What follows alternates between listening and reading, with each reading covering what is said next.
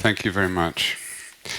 There are many disadvantages of being an architect, but one of them is competitions. And especially when one is pitted against friends like Johan, who one admires and respects and likes. I'm only glad that this is not a poetry recital competition, because we know who's going to win that one.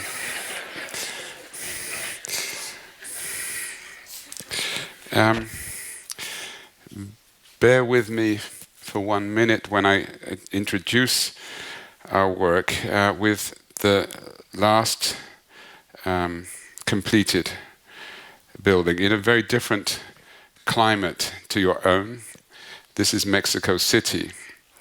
And we've just finished a private museum in the center of Mexico City. And I show this project not only because it's still wet, as it were, but also because it bears some similar issues in that this is a building, in this case, really a private building. It's a private collection.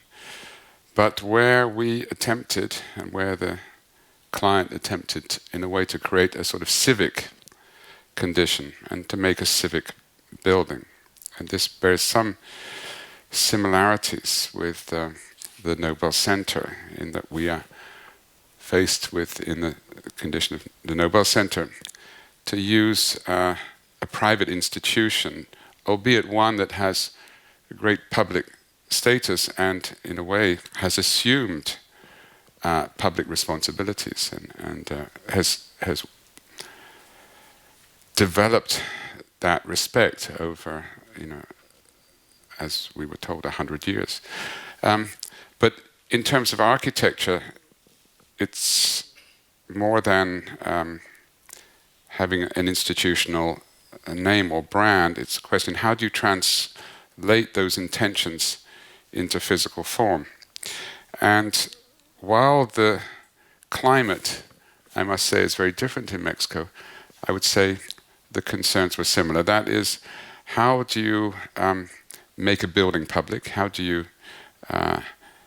animate it? And how do you make a balance between a building being at the one time protective and internal, and at the other time open to the public? Now, also I should say that making buildings public and creating, in a way, a setting or a place is a different condition, a different situation in countries like Mexico, where the notion of what public space might be and how it's used is much more robust. And here you can see the conditions are really quite tough. I mean, we have a road on one side, we have a train, a live train on the other side that comes every 4 or 5 hours, and we have towers on the side. The idea of the building, though, was to try to make, first of all, the way that the building sat in the city, to try to, as it were, expand the boundaries of the building beyond the front door. And in this case, by defining a new plaza, and that plaza sets up some definition of the building itself, or the museum. In other words, you arrive really at the museum as soon as you've walked up the steps. You're on that platform. That's very important in Mexico City because of the uncontrolled nature of public space. The other thing is about trying to find a way of indicating from outside what is happening on the inside, and vice versa. We were fortunate in a way in Mexico, we are fortunate in Mexico, that the climate is so benign that we can really reduce the barrier between inside and outside, and really eliminate this strong difference between inside and outside. The other aspect, it was mentioned that we are in the process of restoring the National Gallery by Mies van der Rohe.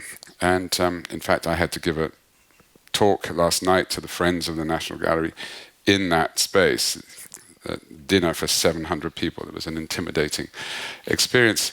But in the space of the National Gallery, if you know it, which in many ways is probably one of the most useless museum spaces you could possibly conceive, and was highly criticized at its when it was completed as being a place nearly impossible to hang art. Mies van der Rohe famously accepted the criticism, but explained that he was aware that it was difficult to hang art, but this idea was so interesting he felt destined to pursue it, which was something I've never really tried on my clients. But what's interesting about that space is that it's become loved over the last 50 years. It's really, its uselessness has become its power. And in Mexico, I tried to make another useless space. This space imitates, in a much smaller way, the hall of Mises National Gallery. And if I go back, you can see it. Sorry, I'm going all the way back. There, you can see it there. Is it there? It sits in here. And so while the protected museum is up here, 2 floors of galleries, the top floor obviously with top light and this with side light and black box, these 2 floors are all about stimulating and provoking a more dynamic performance from the building and from the people who visit. And this was always something I was really nervous about. I knew that there would be no issue with the gallery spaces. I mean, we're familiar with how to make spaces for art, but I wasn't sure I knew whether this would work. And this was not in the brief, so we made. And what's interesting is that this has become the real heart of the building, and it's ensured a dynamic relationship between the city and an otherwise, closed treasure box. Being a private collection, the danger was that this would be regarded as only the showing off of a very rich Mexican billionaire. And instead, by creating these 2 floors, we've created a sort of public realm. And it's over the last 4 months that it's been opened, it has become adopted by the city, and interestingly has become subsumed nearly as a quasi-public building. And I think this is very interesting that, as our cities are less capable of in a way making initiatives to make public space or public buildings, then it is buildings like this, and I think the Nobel Center, which carry some of those opportunities. Here is the place of opportunity, this extraordinary site in a very extraordinary city. It is impressive for those of us not from here to see architecture and urbanism and nature sitting in such a comfortable way.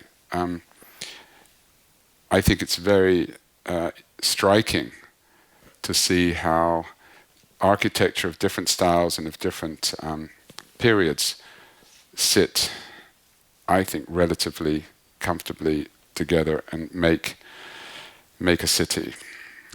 It's very unique in that way. And of course, you have the other magic ingredient of the setting itself, of the water. When we think of the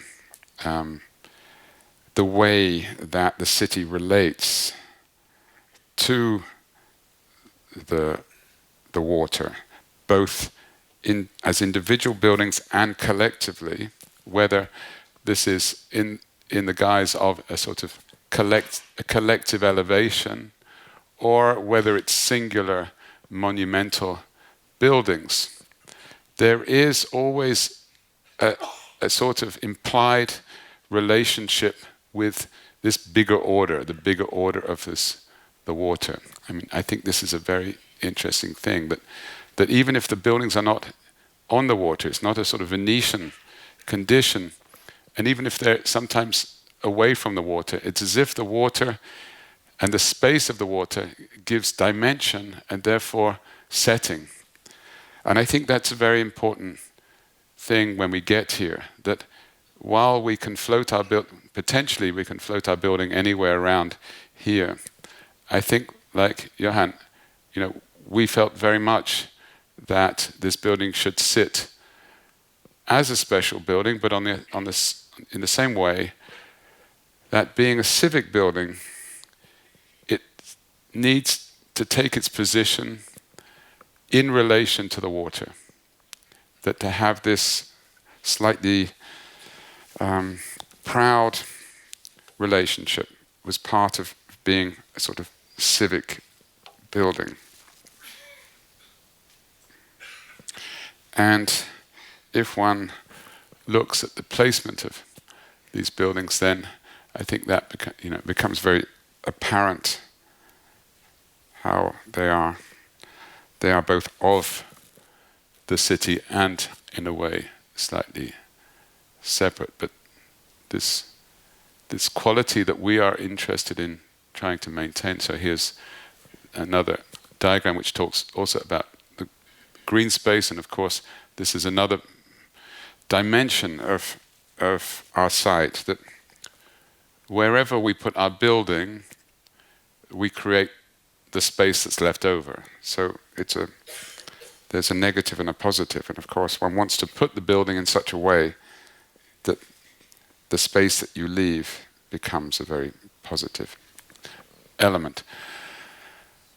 The Nobel now exists in a number of permanent and temporary locations, and it wants to collect those physical, the two physical ones and the two event moments into one place.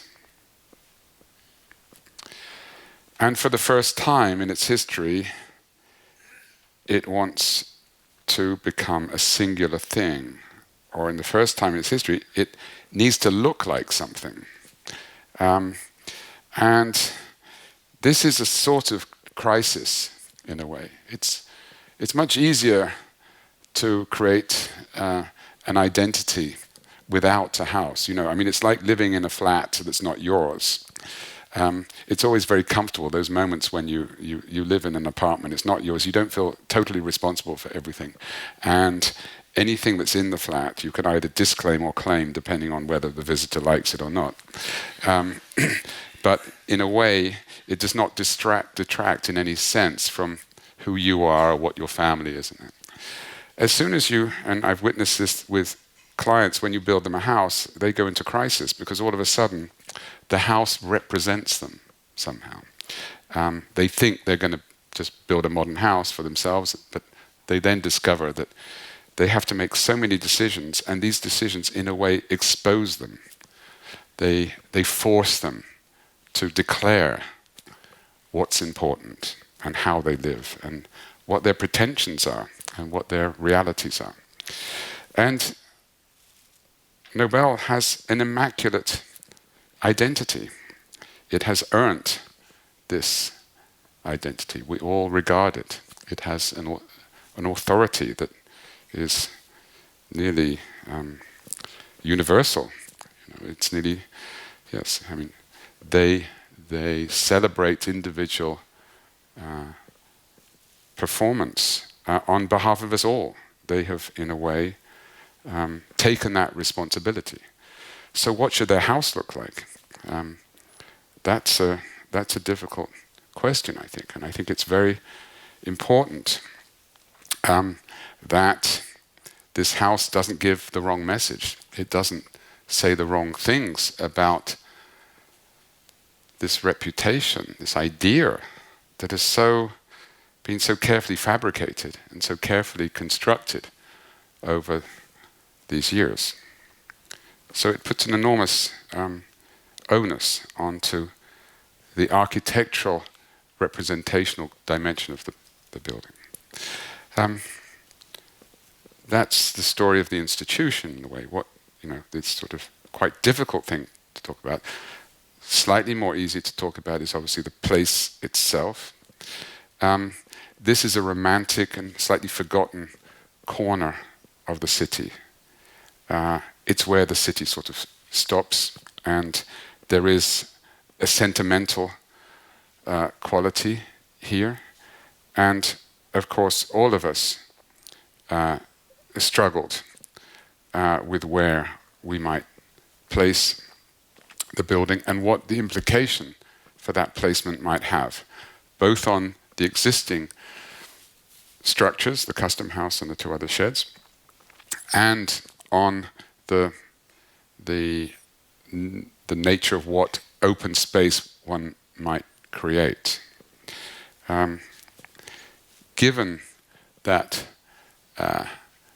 south is here and north is here, then there is an obvious notion. If you are not thinking about the building for a minute, but you're thinking about open space, then clearly there's a sort of preference of creating open space to the south, and clearly there's a preference for pushing the building towards the other buildings.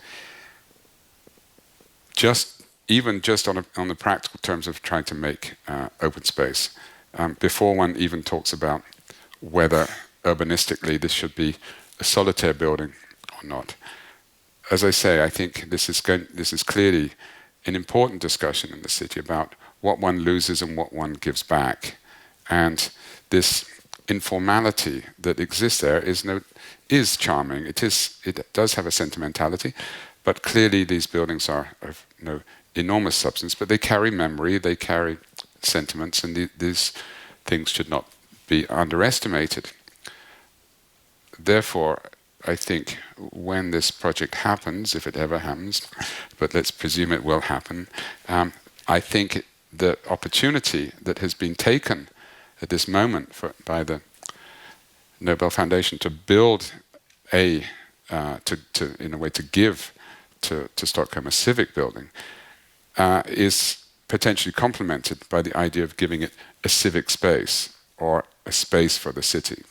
And I think that space is potentially in the future incredibly, can be very well connected to the rest of the town.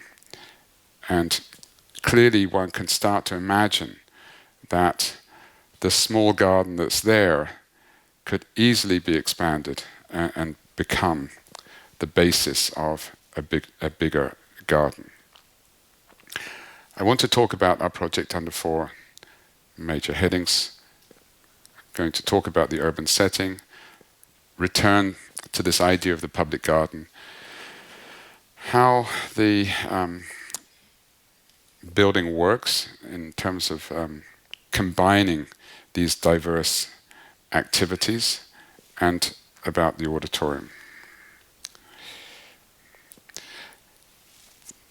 Our proposal in terms of open space and built volume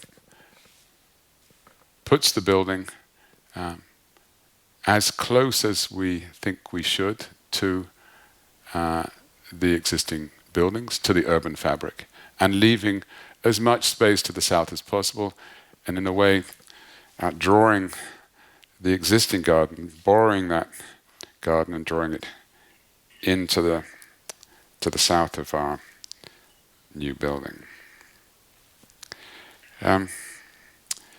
When we, obviously we've all been through a number of processes on this in terms of what the ambitions of this institution are, and I've talked about the idea of accessibility and permeability. This is something that the Nobel Center is very concerned with, and I think quite rightly, because I think that is one aspect, one way by which we can guarantee an idea of, the public building.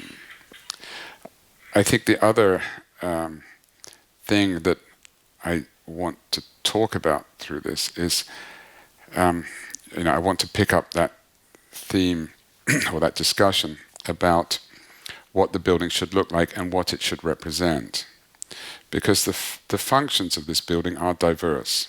It's a bit of a box of tricks. It's not a concert hall. It's not a museum. It's not an office building. It's all of those things. There is no real typology. I mean, it's close to a museum typology on the one hand, but at the same time, it's close to an auditorium typology. But also, I think it's important that it demonstrates that the administration of the prize happens here. That this building is not just where once a year there's a big event, or it's not just the place where tourists go to look at the Nobel exhibition, but it's a place that, in a way, by expressing its diverse activities, it tells us that this is, in a way, Nobel HQ.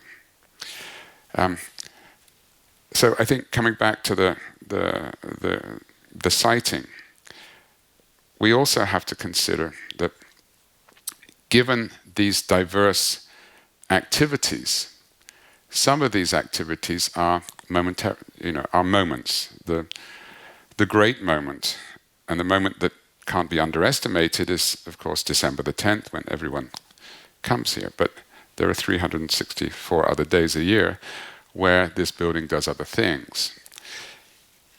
There are two audiences, in a way: the destinational visitor and the citizen of Stockholm. And the building has to find a way of offering something to those two audiences.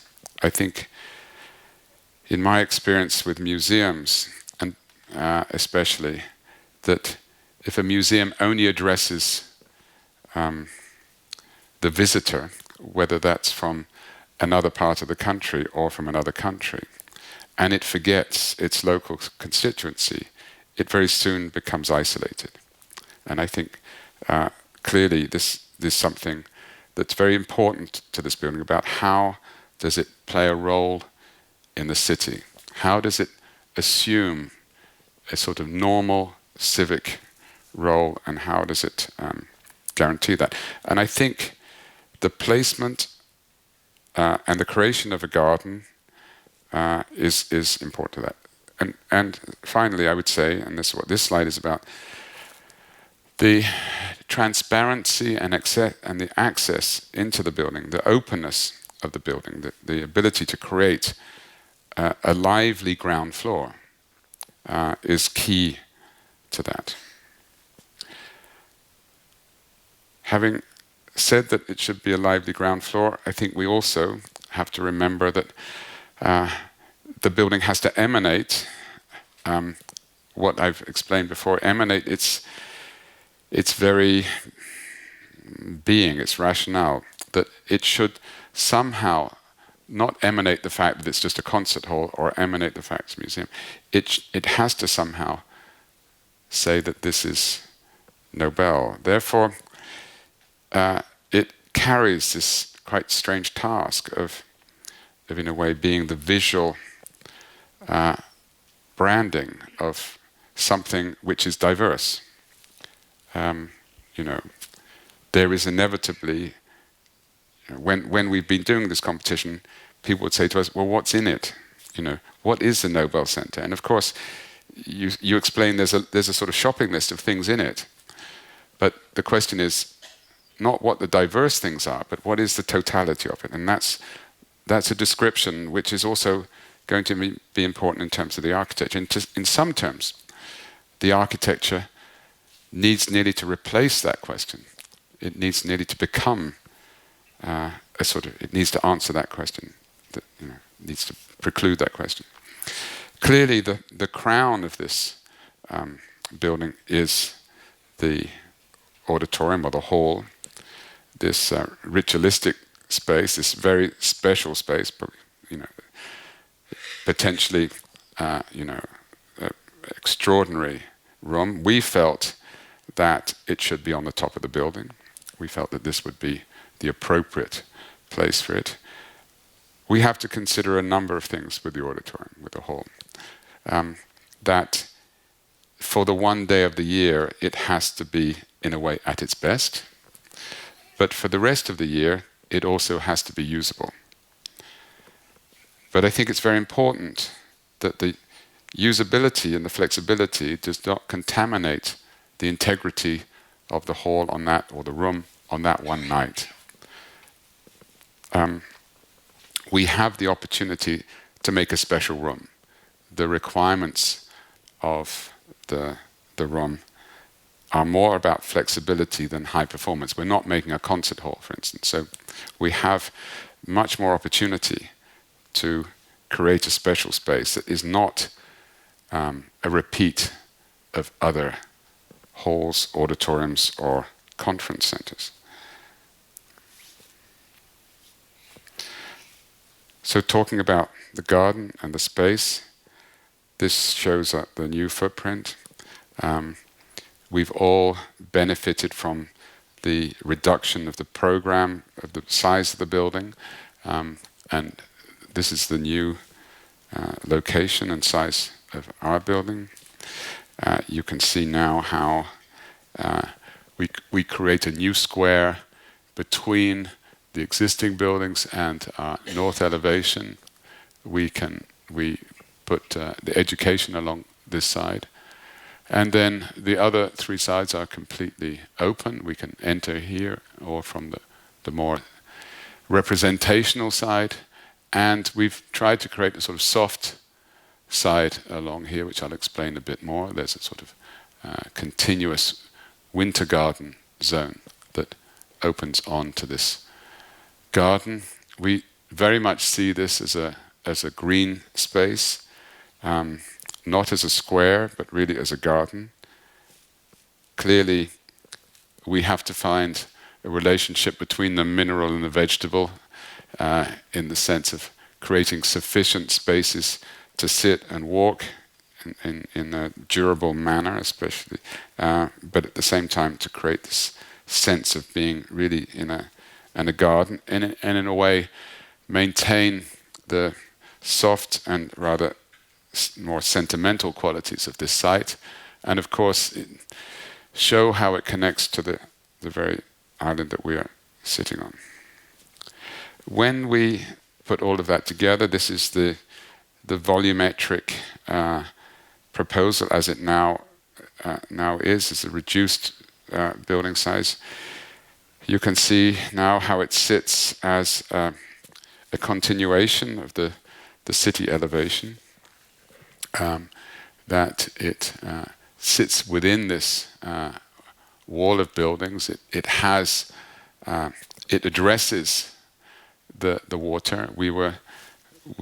In our siting, we kept moving this building backwards and forwards to try and create the correct dimension in front of the building for entering and dropping off. But at the same time, we wanted it far enough forward that this relationship between the water and the building was maintained.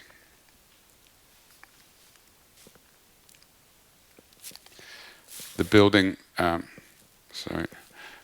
has a series of steps that break up its scale, and in a way it sort of works very simply in the classical way of a base, a middle, and a top. And the top obviously is the hall, the great room.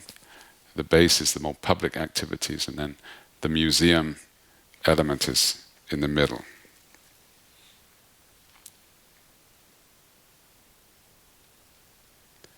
And then when we move round towards the south, we can see that the facade, which addresses really to the water, turns round. And on the south side, we've worked quite hard at trying to place the more public elements, the cafe and the shop are on the ground floor.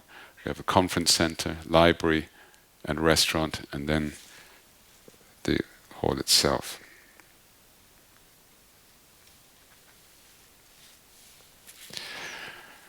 In terms of what this building might be, as I've explained, it's a building that contains a whole series of programs. The dominant program, both in terms of its presence and its implication, its spatial implication and structural implication, the implication in terms of fire escape routes and all of those things, is clearly the auditorium. It's the dominant member of this group of functions that are collected together in this box. There are a whole series of other activities which need, as it were, to find their place within the box. And what we've done is to organize the building in a way that its structure and the organization of the cores which are going to service the hall on the top, in a way of holding up the auditorium and creating a very logical structure with a 15-meter free span. So we get a building which is divided into 3 zones. A really open, flexible 15-meter space in the middle. And then, I think, Christoph helped me, this is 12. So we're 8-meter span, and then another 2 meters here. So these are, in a way, the servant spaces of the places like the conference, the library, the education, the administration, the restaurant are always sitting in these spaces. And this zone in the middle, this great hall, is always in a way, the fluid space through which you move, and which allows a certain flexibility in the building.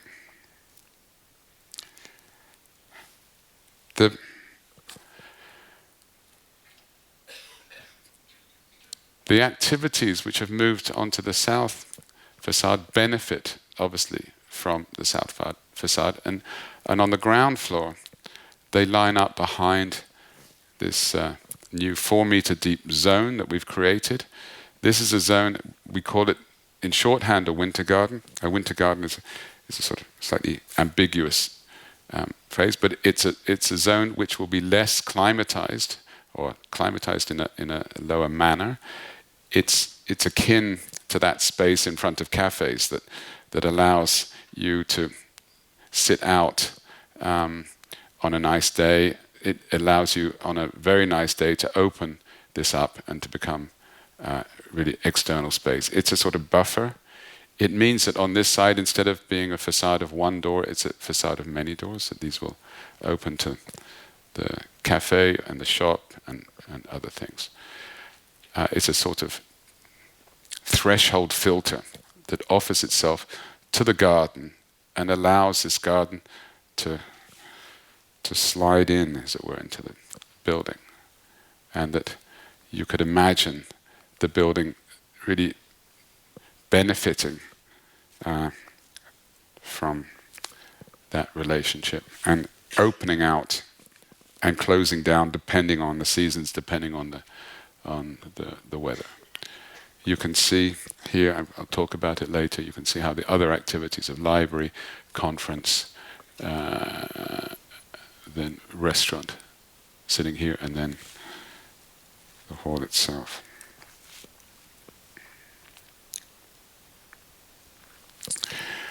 So going back to how the plan sits and how the building works, we've created an entrance, a waterside entrance, and a landside entrance. I think we all understand quite well that this axis will become more and more important. Clearly, as this park develops, I think that, of course, the more obvious connection, urban connection, is along the water, but I suspect this will become more and more the practical connection. Similarly, we have this connection this way. So this entrance will become important, but we maintain, obviously, another major entrance on the water side. So the whole building is organized by this hall, and it's organized on every floor by this hall. In this floor, we then get the restaurant and shop, and here is our flexible winter garden zone, which allows these things to move out into here, and then we have education on the ground floor here. Education then having a very interesting, potential relationship between this entrance hall. I think I get a bigger plan, don't I now? Yeah. So here we have the entrance from the water, or from the water side, and the other main entrance. So this hall really becomes an open space, with light at both ends, obviously, and different activities. There's, in discussions with the panel, it's been indicated that there's an interest in trying to bring certain aspects of the museum into the public level, so that while clearly some types of exhibition need to be in very defined and very enclosed spaces, there are certain moments where and certain types of exhibition that could be brought into the public space and in a way a taster for anybody that walks into the building. And also for people that don't go any further than that. I think there's clearly an opportunity to imagine that the ground floor, even in itself, is a visit that you can enter on the south side. You might go to the cafe or the shop, or you might be involved in something in the education. And similarly, there would be events and things happening in this generous space in the middle. This winter garden also allows us to enter directly into the major elevator core, which would also allow you to come to different activities in the building separate from the main entrance, should that be necessary.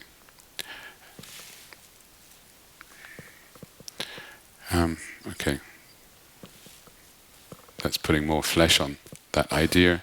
Here you can see the two entrances, this very, this playground in the middle, the playground for the curators, playground for the institution to really inhabit this generous hall, and to determine on all the floors the openness or the closeness. None of this is structural, the columns are structural. We can open this up on either side, or we can define a certain enclosure and privateness along there. Here you can see this loggia, and again, this loggia could be curated. There could be, it could be regarded as a vitrine. It doesn't only have to be coffee, people sitting, drinking coffee. It could also be small exhibitions which are absolutely visible from outside. But really, this is a public floor. Then if we go downstairs, I imagine that this is probably going to be the temporary exhibition. Again, we've put walls in here just as indications. These are all flexible. The only thing that's not flexible is these columns. We need those. But everything else is movable. But this shows you how you could put in a series of rooms. It's a very classic temporary exhibition route. You go in one place and you come out at the end. Obviously, there are other shortcuts if one needs them. But similarly, you could open this all up as one space. You could take those walls away and create one room. This is the day-to-day cloakroom. So people would come down here and use the cloaks. if for the 10th of December, the idea would be that you would create in this space, because it was very useful seeing the 10th, attending the 10th of December event, because clearly the building has to perform in a very particular manner. Everybody arrives. Everybody's got to get rid of coats because it's at that time of the year. So that we wouldn't expect the normal infrastructure to cope with that, but we would find a way of really using this hall as a way of coping with that. It lends itself, I think, quite well. Then, if we go upstairs, there is an idea of trying to use for duplicating in some way this primary stair, which takes you all the way up the building. You can use that all the way up. These are the main elevators which go all the way up the building. We have our 4 fire escape stairs, which are going to be useful when we get to the top. And there's a notion, again, this is something that is reasonably flexible. It could connect all museum floors, or it could just connect the lower one and the ground floor. But again, you see this playground that totally flexible, that allows any type of exhibition to happen in here. It allows us to get directly into conference areas or the offices from this end of in a way, this sort of circulation hall at this end. We don't have to go through exhibition. We also can close this exhibition down from there. But similarly, there's no reason why this space couldn't be used in conjunction with conference. We could build a wall across here and open this up, and conference could go in here. Essentially, it gives us 2 types of space on every floor. One which is cellular, with fantastic views to the south. The admin, less spectacular views, but still, when we get to this level, they're pretty good. And this quite heroic and very public room on every floor. Because I think the circulation in this building is really quite critical, and the circulation can marry up with the exhibition sequence itself. Because if you're going to go through the building, I think it's very important. It doesn't matter whether you're coming to the library or you're going to the hall. I think the ability to be able to very quickly and clearly understand different exhibition spaces on each floor, be rewarded with an exhibition opportunity on each floor. So in a way, this is a sort of conventional museum block sitting in the middle. So in this filing cabinet of different activities, the more public ones go to the south, the admin and education go onto the north side, and in the middle goes this very clean and free program of museum, and museum space that can be used in conjunction or independent of whatever happens in these side spaces. When we get to this floor, we are now at the point when the hall imposes itself. I'll show you in the section. The offices carry on this floor, and we are one level. In a way, this is where the top of the building is going to begin. This is, in a way, the introduction to the hall. Maybe this would even be an exhibition about the hall, about the history of the hall, or about ceremonies. It's a sort of introduction that might lead you there. And on this floor, we have the restaurant, which has got this most spectacular view to the south. As I say, it can be independently accessed. This could be closed off. You could get there after hours directly from the Winter Garden entrance. And it's serviced from the kitchen on this side. It all works quite well. And here we can show you how these things stack up. This house of various activities, the ground floor going down to the temporary exhibition, maybe by this an a special stair. Maybe that stair goes up one level. It could even go up 3 levels, in a way combining all 3 exhibition floors. But similarly, we have another stair which is bringing us all the way up.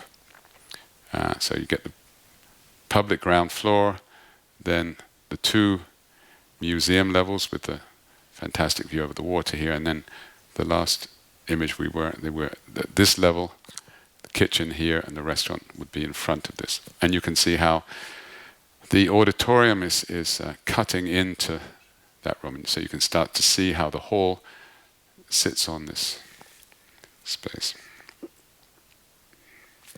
So just rewinding through that, you can start to see spatially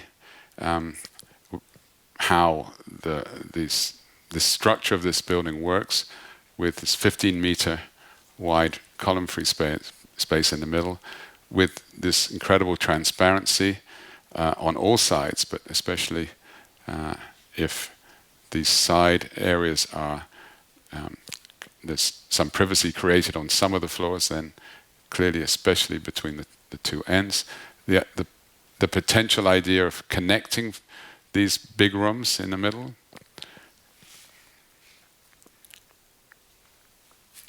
And if we went,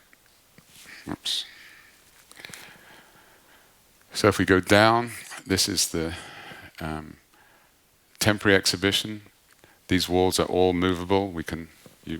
I showed you the plan with the column layout, but we can create these spaces. We can create any sequence we want down here. These drawings are showing the essential core idea of the building.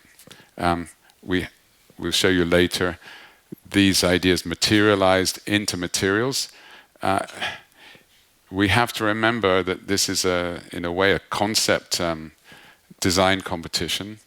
And of course, when we do drawings at this point, we start putting materials in, and everyone gets very nervous about whether we've made a decision about these materials or not. It's quite difficult to explain at this point that this is a sketch for a building, this is not the building. And I think these drawings, in a way, help us get back to the essential idea. It's not reliant at the moment on which wood we choose, which floor material we choose, which wall material we choose. That has nothing to do with that. That's what would happen later. Otherwise, you've got nothing else to do for the next few years.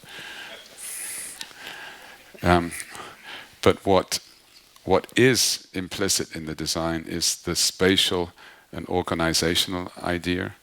And so these drawings try to go back to this idea, try to illustrate this idea. This is the restaurant before the furniture arrives, so you can see that we haven't chosen the furniture yet. That's something that we would even expect the client to be involved in. But that shows you how the space of the restaurant would sit. There's the bar at the back. Pretty self-explanatory. So, yes, this is the building ruined. I think, in a way, this could be an introduction for Johan. I think we all of us architects are fascinated by, what a special room could be, where one honors laureates in this way. What should a laureate hall be different to a concert hall or something like that? And of course, a place for the gods in a ways. And this idea of the simplicity of a room or a space that expresses the collective nature of the audience, not as a series of rows, but in a way as a sort of body, and that has a focus, but actually there's another focus which is beyond. It's actually a sort of this fantastic relationship between audience, the performance, and nature, or the city. And this is Taormina, obviously, the wonderful auditorium of Taormina. And this, of course, is every architect loves this. And so we were very interested in trying to bring some of these qualities into this special hall. In the first round, we had a much more conventional, nearly a lecture hall type organization, and we realized that there needs to be a certain theater of the audience. I think it's very interesting when you see the horseshoe format. The audience becomes, very much part of the whole theater of the event, and I think that's a very important thing to bring into this. That it's not just people, as it were, stacked up and something happening at the front. I think we were very interested in this idea of enclosure. The other thing that we understood by going to the event itself, in the first round, we created a sort of a glorious lobby that would allow people to congregate and go and look at the view. On the night, it's clear that everybody comes in and then looks for a place, they queue up to take their coat off, and then they start talking to each other. And then there's a lot of people downstairs trying to get people upstairs. And by that time, it's already a little bit late. So everyone's being hurried in to their seats. There is no interval, and when the thing's finished, everybody's got to run to get their coats and get to dinner.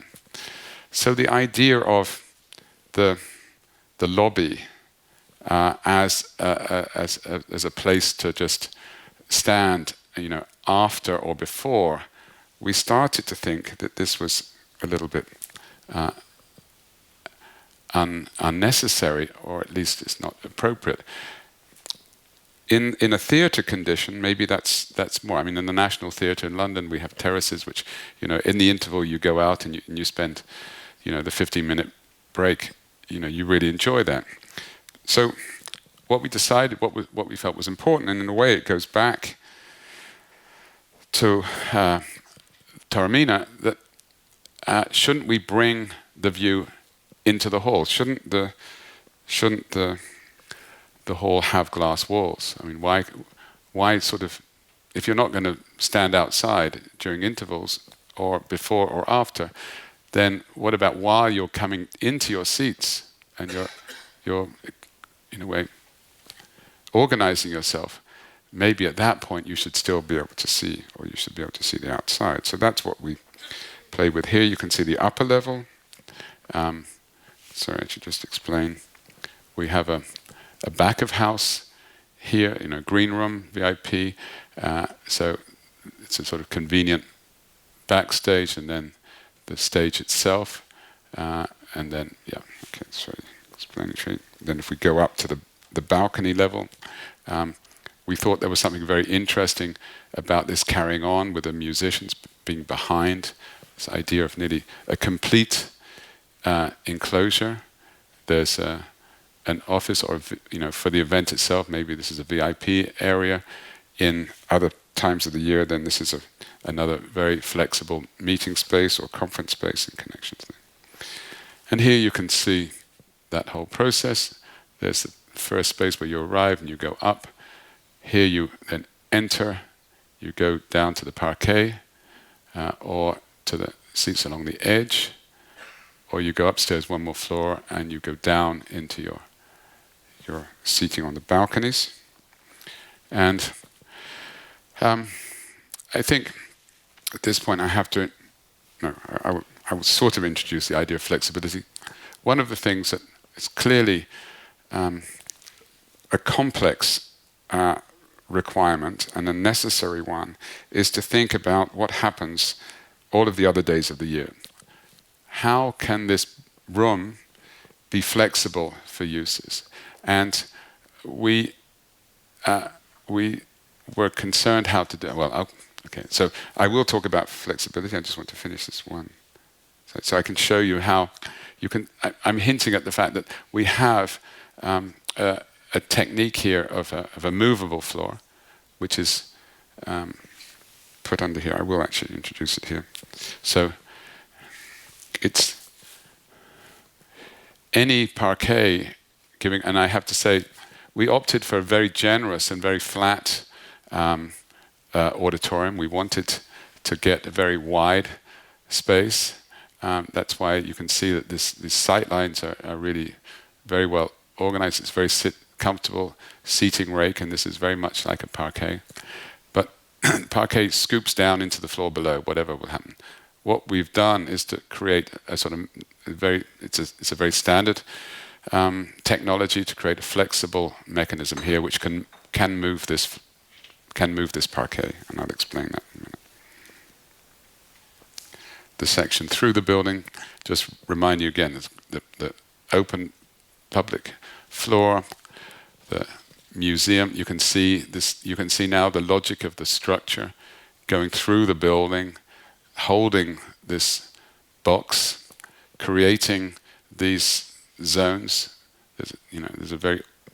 We've taken the desire to support this box as a discipline, as something that imposes itself and disciplines, and in a way nearly creates the discipline of the building. It's not inconveniently sitting, it's actually comfortably sitting. There you can see the restaurant with its spectacular view, and now you can see how the windows, here are the windows on the first level of the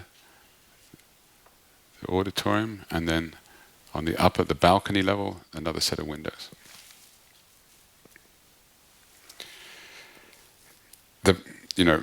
I suppose, this is Palladio and Vicenza, that the desire to try to find an architectural space and not a technical space, of distinguishing it from any idea of sort of conference room or even concert hall. So trying to think about that, going back to this idea of being able to see the city beyond and to create this strong room, and that this room this is looking above. It's a bit of a bird's eye. It's a bit strange, but here's the upper level balcony, and then there's the city beyond. When it's materialized, there's the upper level, there's the lower level balcony, there's the parquet, and the city beyond. The idea would be that as people come in, the curtains would be open, and then when everything's about to start, the curtains then just draw. They would act, acoustically as well. There's no issue here with that from an acoustic point of view, and also they would act in terms of, as it were, closing off that view. And when the whole thing is finished, then the curtains pull back, and probably the lights go down. I should also just on that explain that again. I mean, the concept is the important thing. We're not fixed on any of this ideas. It's just this idea of a congregation, the audience being a sort of crowding this, and actually in the upper level forming with the musicians a sort of a huddle. The other thing, which again is looking maybe more vulgar than we want it to at the moment, is the idea of a spectacular and glamorous chandelier to sort of create the drama. I mean, this is something that it's an element of that we think would be very beautiful in this room. Is that everything could be quite simple, but the chandelier is nearly as a classic thing. But in this case, the chandelier is like the floor is flexible, so it can become flat in its normal mode. Maybe when there's but then it turns into a chandelier for this sort of the glamorous event. But that again, it's not. We haven't had time to design it fully, but it's a concept of what we might want to try. And then just going out, you can start to see how this form is not only a space. Well, how this space is not only a space, but it actually expresses itself as a form. And these people are people that are just on their way into their seats or coming out. They're not in the lobby. Here you can see, in a way, this whole multi-layered sandwich of different activities. Here's the restaurant, library, conference, and cafe and shop. Going in closer.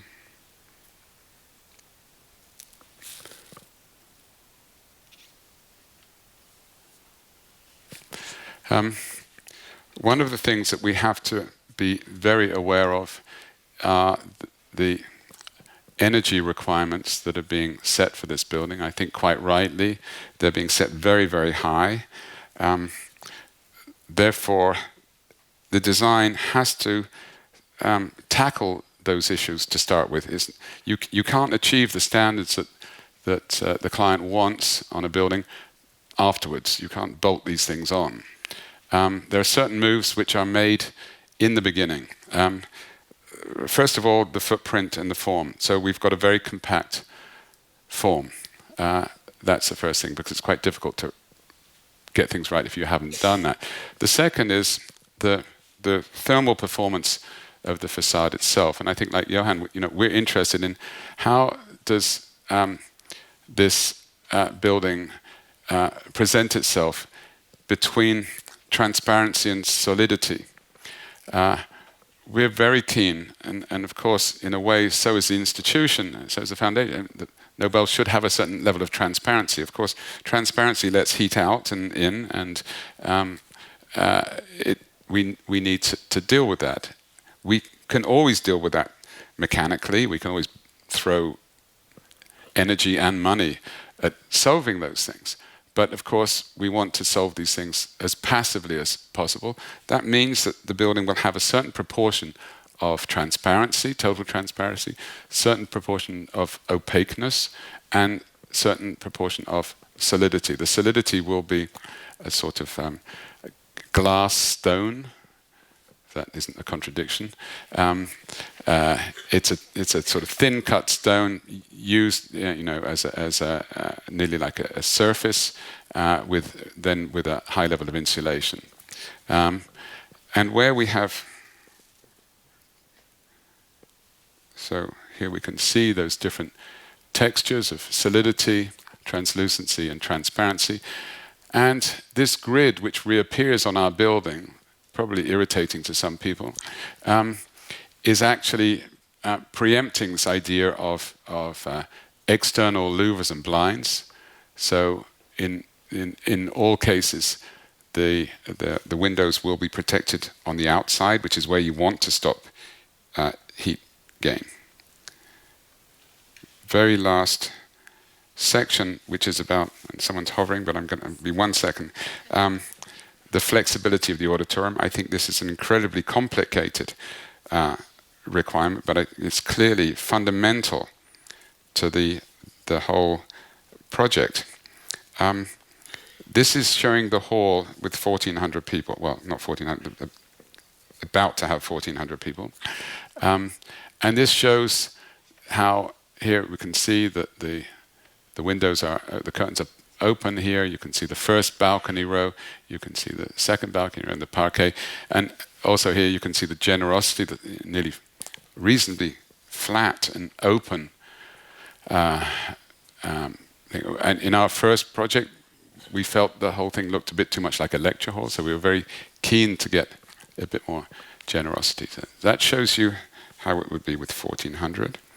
Then we can, in a way, isolate very easily the upper balcony. And this means then we can create space for 800. So we, instead of going into one, if there's a requirement for,